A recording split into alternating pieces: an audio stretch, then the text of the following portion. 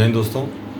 बंगाल के एक नवनिर्वाचित विधानसभा सदस्य का स्टेटमेंट आया है कि मैं इस कॉन्स्टिट्यूंसी का पहला ऐसा एमएलए हूँ जिसको कि मुसलमानों ने वोट नहीं दिया है और मुझे सिर्फ हिंदुओं ने वोट दिया, इसलिए मैं उन्हीं का हूँ जो मेरे हैं और मैं उन्हीं का काम करूँगा, मैं मुसलमानों का काम नहीं करूँगा। ये स्टेटमेंट एक लोकतंत्र में गलत है और ऐसा स्टेटमेंट नहीं देना चाहिए और जाहिर है कि हमारे सेक्युलर जो दल हैं उन्होंने इसका बहुत विरोध किया है कि ये स्टेटमेंट गलत है, एंटी मुस्लिम है और ऐसा कुछ।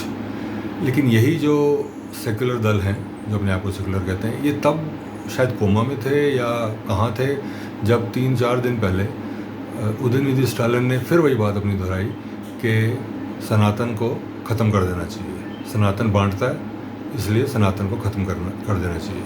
अब मैं उनसे ये पूछना चाहता हूँ कि कौन सा धर्म है जो बांटता नहीं है और एक करता है?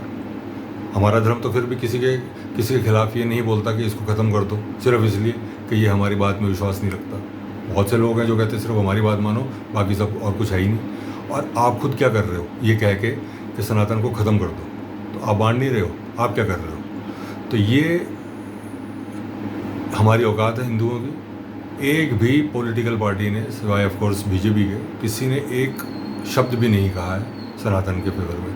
लेकिन कोई बात नहीं, अब तो इसकी आदत सी पड़ गई है और जब तक उनको इस बात का एहसास नहीं होता कि इन ऐसी स्टेटमेंट से हमें बहुत नुकसान हो रहा है। कांग्रेस को आप देखिए, कांग्रेस वहाँ आराम से बैठी है और वहाँ लानत है और हिंदू एमएलएस पर जो तमिलनाडु की असेंबली में बैठे थे लेकिन वो कुछ भी नहीं बोले।